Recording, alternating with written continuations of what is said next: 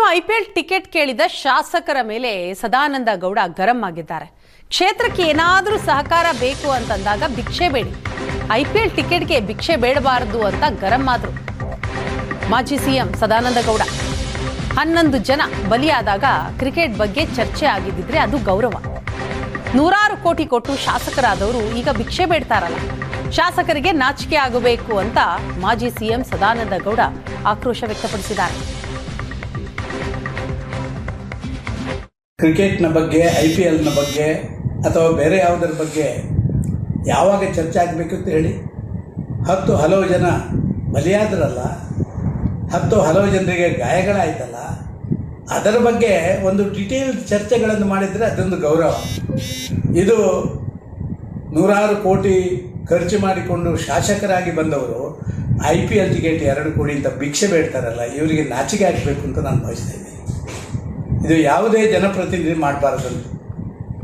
ಬೇರೆ ರೀತಿಯಲ್ಲಿ ನನ್ನ ಕ್ಷೇತ್ರಕ್ಕೆ ಅಥವಾ ಯಾವುದೋ ಒಬ್ಬ ವ್ಯಕ್ತಿಗೆ ಏನಾದರೂ ಸಹಕಾರಗಳು ವಿದ್ಯೆಯಲ್ಲಿ, ಆರೋಗ್ಯದಲ್ಲಿ ಮತ್ತೊಂದು ಮಾಡುವಂಥದ್ದು ಬೇಕಾದರೆ ಭಿಕ್ಷೆ ಬೇಡಿ, ಆದರೆ IPL ಟಿಕೆಟ್ ಕೊಡಿಂದ ಭಿಕ್ಷೆ ಬೇಡುವಂಥ ದಯನೀಯ ಪರಿಸ್ಥಿತಿಗೆ ಯಾವುದೇ ಶಾಸಕ ಬರಬಾರದು.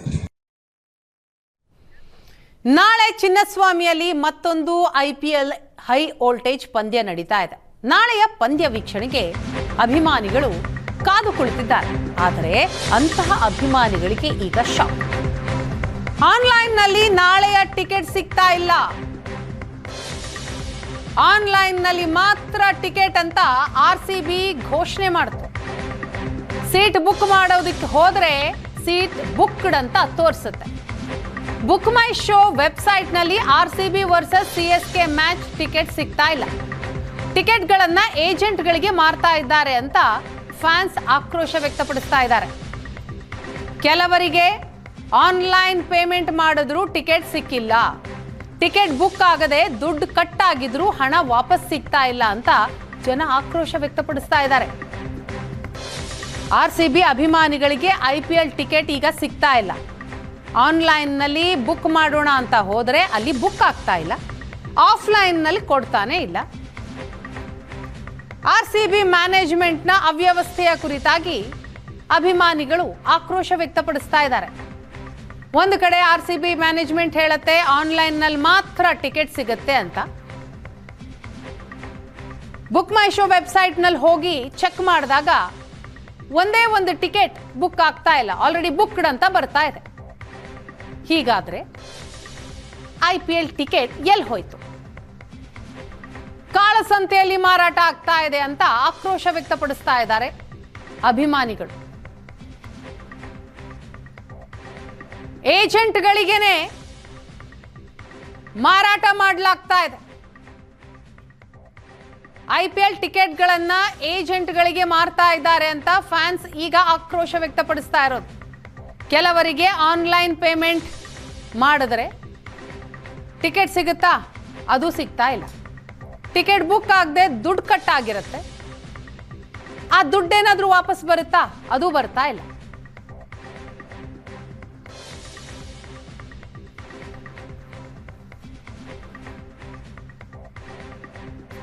ಈ ಬಗ್ಗೆ ಡೀಟೇಲ್ಸ್ ಕೊಡ್ತಾರೆ ನಮ್ಮ ಪ್ರತಿನಿಧಿ ಕಿರಣ್, ಇದೀಗ ನಮ್ಮ ಜೊತೆ ಸಂಪರ್ಕದಲ್ಲಿದ್ದಾರೆ. ಕಿರಣ್, ಏನಿದು RCB ಟಿಕೆಟ್ ಎಲ್ಲೂ ಸಿಗ್ತಾ ಇಲ್ಲ, ಆನ್ಲೈನ್ ನಲ್ಲಿ ಸಿಗ್ತಾ ಇಲ್ಲ, ಆಫ್ಲೈನ್ ನಲ್ಲಿ ಸಿಗ್ತಾ ಇಲ್ಲ, ಹಾಗಾದ್ರೆ ಎಲ್ಲಿ ಹೋಗ್ತಾ ಇದೆ ಟಿಕೆಟ್ಗಳು?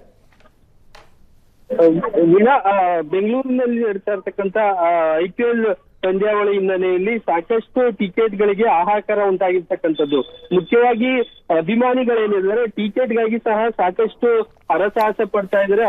ಟಿಕೆಟ್ ಎಲ್ಲಿ ಮ್ಯಾನೇಜ್ಮೆಂಟ್ ಏನಿದೆ ಆನ್ಲೈನ್ ಅಲ್ಲಿ ಬಿಟ್ಟಿದ್ರು ಸಹ ಟಿಕೆಟ್ ಬುಕ್ ಆಗ್ತಾ ಇಲ್ಲ.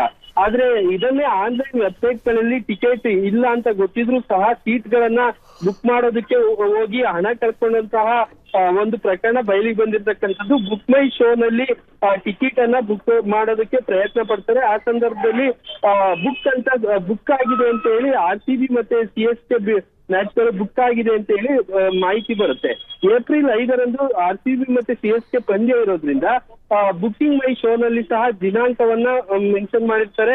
ಆದ್ರೆ ಅಲ್ಲಿ ಟಿಕೆಟ್ ಅನ್ನ ಬುಕ್ ಮಾಡೋದಕ್ಕೆ ಹೋಗಿ ಒಬ್ಬ 4,450 ರೂಪಾಯಿಯನ್ನ ಕಳ್ಕೊಂಡಿರ್ತಕ್ಕಂಥದ್ದು. ಇಲ್ಲಿ ಅಭಿಮಾನಿಗಳು ಏನು ಅಂದ್ರೆ ಆನ್ಲೈನ್ ಅಲ್ಲಿ ಮಾತ್ರ ಟಿಕೆಟ್ ಅನ್ನ ಬಿಡ್ತಾ ಇದ್ರೆ, ಇಲ್ಲಿ ಯಾವುದೇ ರೀತಿ ಟಿಕೆಟ್ಗಳು ಸಿಗ್ತಾ ಇಲ್ಲ. ಆಫ್ಲೈನ್ ಅಲ್ಲಿ ಸಿಗ್ತಲೇ ಇರೋದ್ರಿಂದ ಸಾಕಷ್ಟು ಅಭಿಮಾನಿಗಳು ಆಕ್ರೋಶ ವ್ಯಕ್ತಪಡಿಸ್ತಾ ಇರ್ತಕ್ಕಂಥದ್ದು. ಟಿಕೆಟ್ಸ್ ಎಲ್ಲಾ ಏಜೆಂಟ್ ಗಳಿಗೆ ಮಾರ್ಚಿದೆ ಅಂತ ಹೇಳಿ ಅಭಿಮಾನಿಗಳು ಆಕ್ರೋಶ ವ್ಯಕ್ತಪಡಿಸ್ತಾ ಇದ್ದಾರೆ. ಚಿನ್ನಸ್ವಾಮಿಯಲ್ಲಿ ಇರೋದು 35,000 ಸೀಟು, ಅದನ್ನು ಮೀರಿ ಟಿಕೆಟ್ ಗಳನ್ನ ಮಾರಾಟ ಮಾಡ್ಲಾಗ್ತಾ ಇದೆ ಅಂತ ಹೇಳಿ ಅಭಿಮಾನಿಗಳು ಆಕ್ರೋಶ ವ್ಯಕ್ತಪಡಿಸ್ತಾ ಇದ್ದಾರೆ. ಈ ನಡುವೆ ಟಿಕೆಟ್ ಕೊಡುವ ಹೆಸರಲ್ಲಿ ವಂಚನೆಯ ಜಾಲ ಬಯಲಾಗ್ತಾ ಇರ್ತಕ್ಕಂಥದ್ದು. ಆನ್ಲೈನ್ ಅಲ್ಲಿ ಟಿಕೆಟ್ ಖರೀದಿ ಮಾಡಿ ಪೇಮೆಂಟ್ ಮಾಡಿದ ನಂತರ RCB ಅಭಿಮಾನಿ Yes. 4,500 ರೂಪಾಯಿ ಹಣವನ್ನ ಕಳ್ಕೊಂಡಿದ್ದಾನೆ. ಟ್ರಾನ್ಸಾಕ್ಷನ್ ಫೇಲ್ ಅಂತ ಹೇಳಿ ಬಂದು ಸಹ ಹಣ ಕಟ್ಟಾಗಿರ್ತಕ್ಕಂಥದ್ದು. ಸದ್ಯ ಪೊಲೀಸರಿಗೆ ಇನ್ಸ್ಟಾಗ್ರಾಮ್ ಮೂಲಕ ಪೊಲೀಸರಿಗೆ ಟ್ಯಾಗ್ ಮಾಡಿ ಇದ್ರ ಬಗ್ಗೆ ಕ್ರಮ ಕೈಗೊಳ್ಳಿ ಅಂತ ಹೇಳಿ ಅಭಿಮಾನಿ ಒತ್ತಾಯ ಮಾಡ್ತಾ ಇರ್ತಕ್ಕಂಥದ್ದು. Veena, thank you Kiran.